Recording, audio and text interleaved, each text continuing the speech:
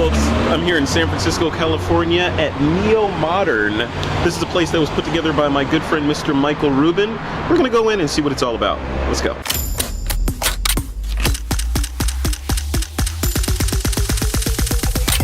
This is TWiP. Other things. So Michael Rubin, welcome to your facility. Great to see you. I can't believe it's been forever. It's been forever. We were talking about before off camera. It's been a couple of decades. Yeah, it's hard to imagine when we're so young. I know. Anything happened a couple. It's like I'm negative now because it's great. Like when Mozart was my age, he'd been dead for 10 years. You know. There you go. What was that movie? Benjamin Buttons. Right? Yes, You're that's Benjamin it. Buttons. I'm Benjamin Buttons. Yeah, because you were much older last time I saw you. Totally true. Okay. All right. So this place. It's sort of, I think of it like a temple of photography. I like that. Yeah. It's kind of, for people who love photography, it's really a special space. The business of Neomodern is pretty straightforward. It's like people walk down the street in San Francisco. This is Union Street, a super popular, cool. This is like hipster central right here. It's a nice place. I think of it kind of like Yoga Street. There's kind of yoga all over. Anyway, they walk in with their phones. Our staff are all fine art printers. So these are experts at not just photography, but they work with artists all the time and print that work for museums and galleries and collectors. Yeah. So these are the best printers money can buy, and they are available to the public. So people walk into Neomodern and sit down in this kind of cozy central area we call the nest, and we work with you on your pictures. We make those pictures look great using Lightroom and Photoshop and just being good photographers. Yeah. And when you like it, when it's right, we print it out archivally, so it's going to last. We custom cut a mat on this kind of cool machine. It's a robot. It's a robot. Yeah. And then we custom frame it, and you're done in 30 minutes. So people walk in with their phones, and they walk out with like a framed work of art, and it's enormously gratifying. That's crazy. We're going to talk about that, just kind of the benefits of moving out of the digital realm or the Instagram realm and into the physical atom-based world. The atom-based world. I love the atom-based world. Instead of the electron world, you got the electrons to atoms. I don't photons to electrons to atoms. I don't like to feel like we're a retro thing, even though we really are into photography.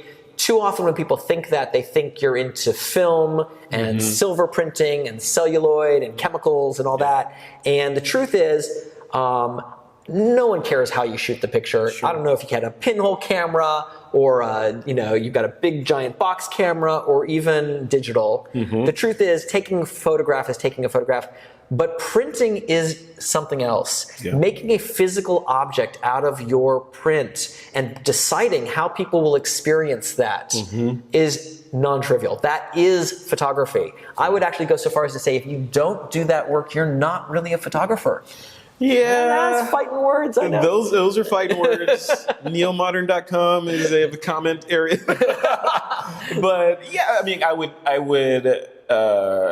would put a different spin on that. Please. So I would say, yes, printing is a possible outcome in a world of infinite outcomes, right? Yes. Infinite universes, multiverse.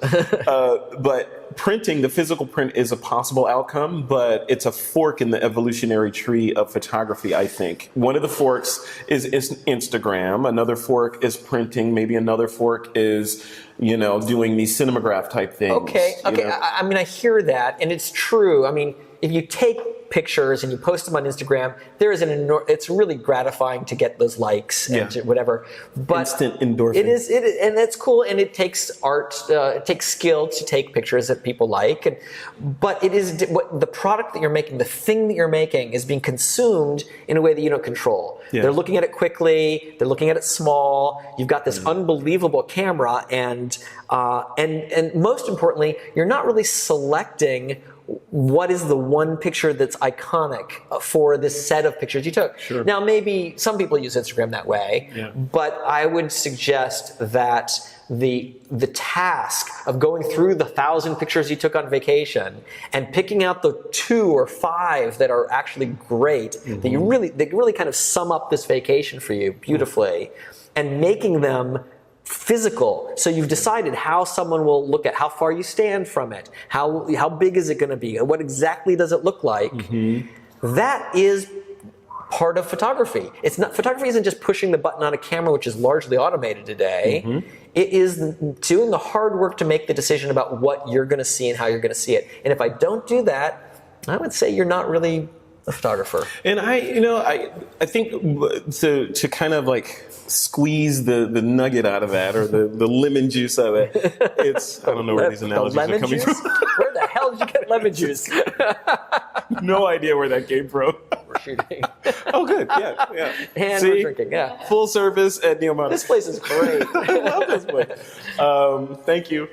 But the idea of spending time and investing your time and effort, which is a finite resource, right? Right. Investing your valuable time and effort into something like a print, or like we didn't even talk about one of your other companies that you started a while back called Petroglyph, where people are physically going into a space similar to this and working with clay and other materials and creating something that they are putting their time into, and then they get a physical object out. That object is imbued with that time and the memories that it took to put it together.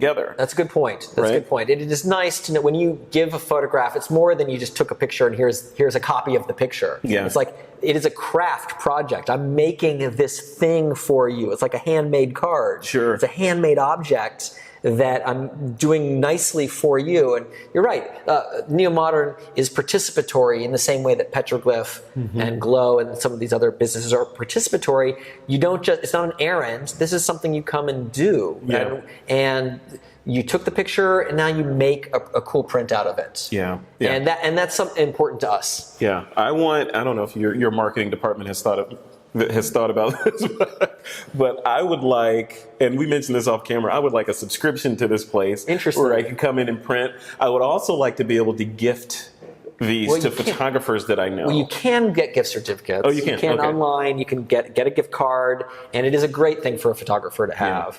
What a great prize too. Oh, It's nice, and it is so fun to see your print. I mean, as a photographer, it's so nice to see your print on a wall. Those are mine. Yeah, beautiful. It's cool, right? And it's different. If you looked at that on an iPhone, you might be like, oh, whatever. But when you see it and you make it, it's making a statement in a sense. So You're freeing it from the camera roll, right? Yeah. So talk to me about the flow. So we didn't talk about the flow of somebody, they're walking, tourists are walking around here all the time. Hey, look at this place. Let's go look at that. They may come in because they may initially think it's a gallery. They do think it's a gallery. We actually have a sign in front that says, this is not a gallery. This is not a gallery. Which is kind of a joke because it's totally a gallery. Yeah. But no one reads anyway. Yeah, a gallery to me is a place that's in the business of selling the pictures on the wall. And that's not really our primary business. We sell customers' works, actually. Okay. We will, if a customer comes through here and does something really amazing, we will, if they agree to it, we will print and frame that at our cost, hang it next to the Ansel Adams or the Cartier-Bresson, and offer it for sale. And people do buy that stuff. We don't sell the Cartier-Bressons and the Cortèges. I don't think people can afford them, but it's not really our business. They're here for kind of inspiration and education. Yeah. So someone walks in off the street. They walk in off the street. What happens? They come in. I got to say, a lot of times people don't know what they want to print. Yeah. And you think that you need to kind of get prepared before you come here. But you don't. You walk in off the street, and this happens every day. They sit in the nest, and we go through 1,000 pictures of their vacation or their wedding. Wow. I've seen more dog pictures than I care to shake a stick at. Yeah, I bet. And the question is, all the best. And they're adorable. they're totally adorable. So we're going through, we put them up on a big screen, and we look through them and help people pick out what pictures, in our estimation, really are going to stand the test of time. Sure. I mean, there's a ton of great pictures here, but what is better than because people will get bored with pictures. They have a kind of an immediate hit, kind of the Instagram hit of like, that's pretty. But it doesn't have more to it, and it gets boring. Yeah. You know how, like on record albums, remember record albums? No. They were like these things. There would be songs between other songs. I saw them in a museum once. Yeah. I'll tell you about it sometime. They're really cool. But there'd be songs that were in between the hit songs, and in a hit-driven world, you wouldn't listen to it, but after you listen to the album a bunch, you start to like those kind of hidden ones more, and the popular ones get kind of boring. Right. It's true for photography as well. Your immediate rush of like, that's a cool picture, I love that, might go away, and the picture that's a little more complicated, a little more interesting, is the one that is that you really want on your wall that you enjoy for years because it grows on you. Right, right. So we kind of give that advice to people. We help them with that if they want it. Some people don't. They know exactly what they want. Yeah, when they this one, Golden Gate Bridge, print it black now, and white. Yeah. now, right? Yeah. And so that's what happens. They sit with us. We work on it. We print it out and custom cut the mat. It's also a nice moment. Many people sign their prints because they are photographic artists, and we have a signing station here with a ton of different pens and pencils. Very cool. And you sign your work. I mentioned this earlier. Some parents come in here and they're printing a baby picture maybe of their newborn, and before we frame it, they write a little message to the baby. In the part of under the mat, so no one will see it. Yeah. And then it gets sealed into the frame, and it's archival, so that thing will be there for 100 years. Yeah. And then, like, someday this kid opens up this picture, and there's a message, like, from their grandparents to their parents when their dad was a baby. Yeah. And now they have this thing. So wow. Or the next civilization. Or the next. What is this we found in the rubble that was San Francisco? I love that. I mean, even on the museum pieces, sometimes I'll lift up in a mat, and it'll be like "Merry Christmas, 1912" from Grandpa to you. Great. I love those little messages. And Can't do that with digital. You can't do it with online. Right. And so I worry about that a little bit because there's so much about Neomodern which is about that participation and creation of this object. Yeah. But is that a lost art, though, in a lot of ways? Because printing has been around forever. Fine art printing has been around since we've been able to do fine art printing. Right. But it feels like we're in this Instagram, I need it now, instant gratification. Almost like you mentioned, like it's almost like the endorphin rush that you get from the likes and the thumbs up and all this ratings and all this stuff. It's an endorphin rush or a drug. Endorphin, it's a drug that you get. And like any drug, over time, it numbs you. So now great photography, something that would have been considered amazing 10 years ago is now like, oh, great, next. Right. Because you get so much of that. Is that good? The bar is higher, or is that bad? And then the question to you is, bridging the world from digital to physical, you, as putting on your marketing hat, you have to figure how to get that into your customers' minds, right? Because you have a demographic that comes in here that has been marinating in Instagram for years. But there also the pendulum swings, right? Yeah. Like we're also noticing people are buying record albums and cassette tapes in ways that, like, I can't believe that's coming back because streaming is so convenient, and I think that's true for photography as well.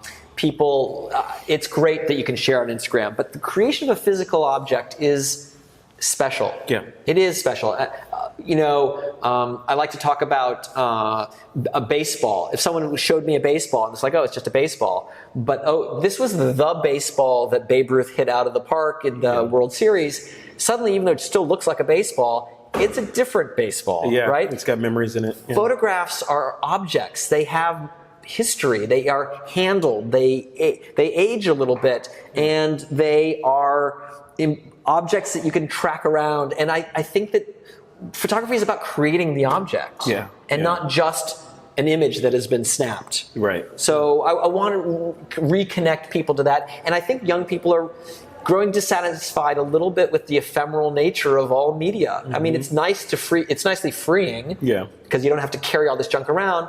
But there also is a kind of a disconnect, and like sometimes it's nice to have a couple of nice things. And you want to do something different, right? You want to do something different than the legions of your followers and friends are doing. Oh, the robot's on. The robot's on. It's the robot back there. R2. R2. Is that BB-8? Yeah. Have you given it a name yet? No, we've not given it a name. Come on, you were involved with the I know, Lucas, and you haven't named your droid? Well, the droid is sort of... Yeah, I'm not sure what's going on with the droid. It's a wizard. It's a wizard. It's a wizard. That's which is the brand, but we refer to it as the wizard. Which could also be called a Jedi. I'm just saying. Oh, yeah. Just saying. Just saying. All right. So sorry. Okay. So we're talking about physical objects. And I think that you talk a little bit about the market for this kind of thing, and physical printing of photographs used to be the only way you experienced photographs for the most part, right? Yeah. And to make a print of this size, of this quality, you were shooting on film. Yeah.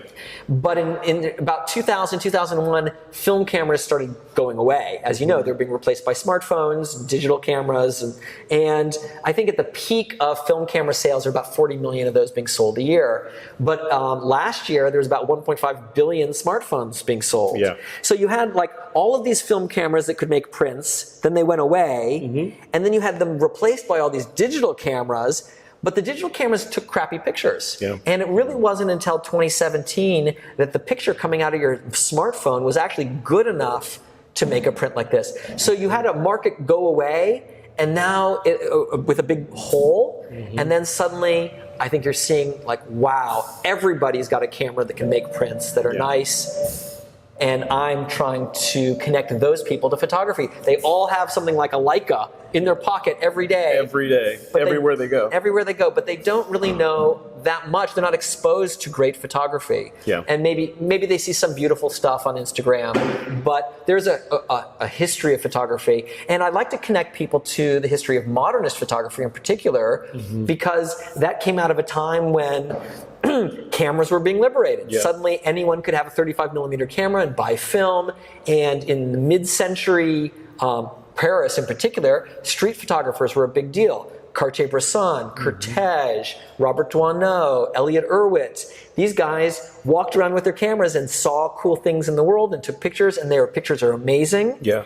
And I think is the most instructive kind of photography to people today walking around with their smartphones. Yeah. So that's why we hang this modernist photography in the gallery, and it's why we're called Neomodern. I think there'll be a kind of a renaissance of art photography from people, not sort of conceptual photography, not sort of museum-y, but just great street photography. So my pictures from Thanksgiving are just they're not just crappy snapshots, but they're like nicely done. Yeah. And that's, I hope, what people sort of take away. That's interesting. Okay, so we talked about sort of bridging the gap between digital and physical, or electrons or photons to atoms, right?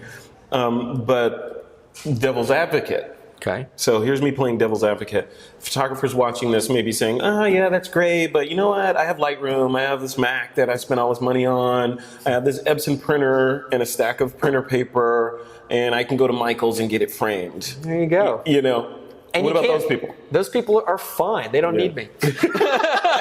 You're not my customer. You know what? But the reason that I created this in the first place was that was me. That was me, and Michael's pricing is ridiculous. Sorry, Michael's, but no. But there's all kinds of frame places in America. You can go to different, custom frame places. Yeah. And so I had these printers in my home, and I would take pictures. And I quit my job last summer to be a full-time photographer. Congratulations. That's how this started. Yeah. I'd been at Adobe, and I just decided, you know what? I'm old. I think I have waited long enough. This has been a hobby my whole life, but I think it's time that I'm going to take it up a notch. Yeah. And so I started printing my pictures. I started selling my pictures. But when you do that, you need to mat them and frequently frame them. And every time I'd get it matted and framed, it was expensive. It was across town. It was 2 weeks. It was it was a major hassle. Yeah. And then the question was, why is it so hard? Because it's just not that complicated. Yeah. Archival printing and framing is like all you do as a fine artist, but it's not what consumers do at all. Sure. Yeah. And so I guess I started this just trying to shortcut. I mean, yes, you can print yourself, you can go across town, you can handle all the parts of this. But my lesson from Petroglyph and the ceramic business, and even from Netflix, which was where I was, before Adobe, it's like simplification is critical. Yeah. And it's not, people think they want options, but the truth is they want to not have a lot of decision making, and they want it affordable, and they want it easy. Yeah. And that's what I was trying to bring to what is arguably, it's not complicated, but there's a ton of decisions to be made about framing. Yeah. And I wanted to get rid of all those decisions. We only have 3 sizes, 2 colors. It's a flat rate. And people just, you know what you're going to pay for. And you get museum quality, that's great. Concierge service, and we're not nickel and diming anyone. We don't care how big your print is. We're not measuring your print. We're not measuring all this stuff and charging you by the square inch. That's great. And it just seemed important to me, if you're going to bring this to the consumer market and tap them into the professional pipeline, we need to simplify it also. Love it. So that's what we're doing. So yes, you can go to Michael's and other frame places, but you won't have this kind of experience. And I don't think that they care about photography the same way. Right. No, they don't. And They I don't. really wanted a business that was not about, it's not a frame business. It's not even a printing service. Yeah. It is a photographer's. I was going to say, it's about photography. It's about photography. It's about photography. And we care about photography. It's why we're here, And it's why we have great computers with great monitors and expert printers and this museum of like really inspirational stuff to look at. I love it. I love it. So to wrap us up, Yes. what's next? What it's 2018. We're like a couple days into. Still writing 2017 It's so on my weird. checks. I'm still writing 2016. It's 2018 already. Yeah. What are your plans for this year? What do you want to do? Well, people have asked if we're going to open more of these. Yeah. And it's definitely something I would think about. But the truth is, my model is a little bit more like LL Bean. Where, I don't know if you ever did this, but I would make a pilgrimage to Freeport, Maine in the dead of winter just to go to that epicenter of stuff. And you could buy the things in the catalog, but it was cool to go there, right? Yeah. So this is be like surrounded by that stuff. The ethos. So this is like a place I want people to make pilgrimages to experience Neomodern directly, the gallery, and to work with concierges. But 2018 is our year to package that in a way that we can deliver it online to people. Awesome. So we can scale. And we can scale, and we don't have to build more stores. What happens is people can upload their pictures the way our customers do, sign up for an appointment the way many of our customers do, and then we connect with you and share our screen, and you can interact with the print master live and talk with us while we're working on your picture, and then we print it and frame it and ship it. Yeah. And it doesn't add anything to the cost. It's the same as being in the gallery. Yeah. And so the vision is to export the experience of Neomodern and our passion about photography on the internet without opening more stores. Sure. And what's the aversion to opening more physical stores? Well, again, it's like I want something that's super special. Yeah, you want to have like the nucleus, the sun. Yeah. I don't know that every physical space we get will be as beautiful as this one. I know this is ridiculous. It's a really cool spot. Yeah. Will we open? I could imagine we could do this in New York and in LA perhaps. And the model, the early Apple model was pretty cool. That they would have these sort of flagships. Yeah. But I'm not wed to that. I would like to expand online. Refine this one, go online, and then see what happens. Yeah, and I think that we could also be a voice for sort of the creative side of photography and not get stuck in the home decor side of it. It's like we want people, they're taking pictures, let's help them. Let's be the new place for hobbyist photographers. And I think that there'll be a lot more people who are into photography now that they have these cool cameras. Absolutely. So that's what I'm thinking. So if people want to learn more about Neomodern, well, they can physically come by. If you're in San Francisco, we're on Union Street at Laguna. And it's it's in the Clock Tower building, and it's across from Starbucks. And just walk on in. If you're not in San Francisco, I would go to neomodern.com, and you can get information there. And there's an online part of the website, and we're refining this all the time. Sure. But that's where you would upload your pictures and make an appointment, and then we'll kind of handle it from that. Nice. So just to wrap it up, so if I come in the store, it's a concierge kind of experience where I come in, I sit down, I work with a print master, go out, have a coffee, come back, and I got my print. I'm ready to go. You got your frame. You're done. Got my frame print. I'm ready to go. If I upload online, I can make an appointment. I give you guys the image, make an appointment, come in. Hey, Frederick, we got your image. And Let's in go fact, if you don't even want to interact with us, I mean, you could trust our print masters to make a great print out of this. I would argue that it doesn't take much interaction with you. Just if you don't want to talk to us, you don't have to talk to us. Yeah. But we are available. Some notes online, right? Yeah. But we're available, and a lot of people have questions. They don't understand how big it can be, the megapixels. They don't know what we could do with it. It's not like just applying an Instagram filter. Like an artist works on your picture, and makes it cool. Yeah. So we can do that online. We'll send you a link, and then we ship it out the next day. When you say you do it online, that means you're going to do it collaboratively with the client online. Not like you guys take it and make the decisions. Yes. You're going to do a Skype session or Zoom or something. Yeah, we're sharing our screen. You're looking at our screen while we're modifying your picture, and you're telling us like, "Oh, can you fix that? That's weird." Can you take that person out? Yeah, really. And we'll do. we do some basic Photoshop Lightroom stuff if you want to like remove little things. If it's actually work, if people want like retouching, we will do that, but it's a different charge. Right. Can you take all the cars off the Golden Gate Bridge for me? Like that. Like that. Like, probably not. We've had people like, they're on a golf course with 1 million people, they want everyone else off the golf course. Like, we've seen that one. Yeah, by the golf course. Anyway, that's Neomodern. Awesome. Dude, Michael so Rubin, great to see you. Thank you so much for doing this. Thanks for coming by Congratulations on your space, man. This is great. It's nice. I'm glad you like it. You always have amazing, creative, good ideas, and the most important piece of that is you execute on them very well. Thank you. Well, I hope other people will try this out and let us know how it goes. All right. Well, guys, that's it. This is This Week in Photo. We'll see you in the next interview.